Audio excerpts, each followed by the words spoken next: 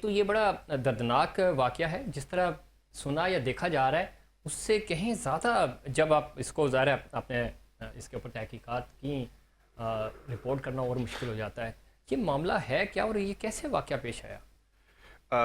تین واقعات بڑے، ویسے تو چھوٹے چھوٹے تو بہت واقعات ہوئے ہیں، لیکن تین بڑے واقعات ہوئے ہیں جس میں جو مین قانون نافذ کرنے والا ادارہ ہے پولیس، یعنی کہ سندھ پولیس، اس نے قانون کی دھجیاں اڑا دی ہیں.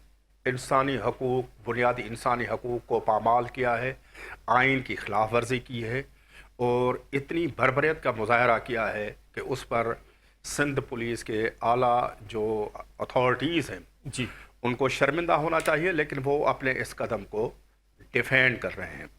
سب سے پہلے ہم ببرلو دھرنے کے اوپر آتے ہیں. سندھ میں اس وقت 21 چھوٹے بچے، جن میں ایک بچی ہے جس کی اغوا کو تقریباً 7 سال ہو چکے ہیں.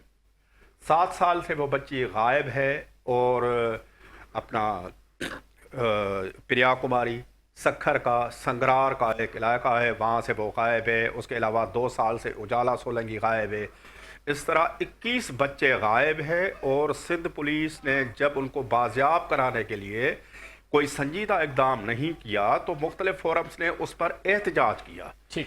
تو یہ ایکشن کمیٹی تھی، جو ایک خاتون ہیں، صحافی بھی رہ چکی ہے، ایک سوشل ورکر ہے، لیاقت جلبانی ہے، صحافی تھے، وکلاء تھے. انہوں نے ببرلو کے مقام پر، یہ سکھر اور خیرپور کی سرحد ہے اور یہ مین آرٹری ہے اس ملک کی، وہاں پر ببرلو کے مقام پہ دھرنا دیا. 2 رات قبل اس پر دھرنے پر سکھر اور خیرپور پولیس نے وحشت ناک تشدد کیا. برسات میں عورتوں کو گھسیٹا گیا، ان کے سر سے دوپٹے اتارے گئے، ان پہ تشدد کیا اور ان کو 20 گھنٹے کے لیے غائب کیا. اس میں ہمارے جو سینئر صحافی ہیں سکھر کے، ساحل جوگی بھی شامل ہیں، تاج رند سینئر صحافی ہیں، ان پر بھی تشدد ہوا. اب اتنے بڑے تشدد کے بعد، اس کے بعد اتنے بڑے احتجاج کے بعد، اچھا اس کے بعد ایک کنڈیارو میں احتجاج ہوا.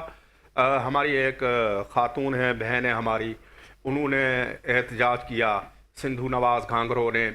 تو اس ایک اکیلی خاتون جس کے گود میں 6-7 ماہ کی بچی تھی، 6-7 لوگوں کے ساتھ احتجاج کیا، تو اس کو بھی گرفتار کیا گیا، ان کے شوہر کو گرفتار کیا گیا. اچھا، جو ببرلو دھرنا ہے، ایک تو پولیس نے غیر قانونی کام کیا،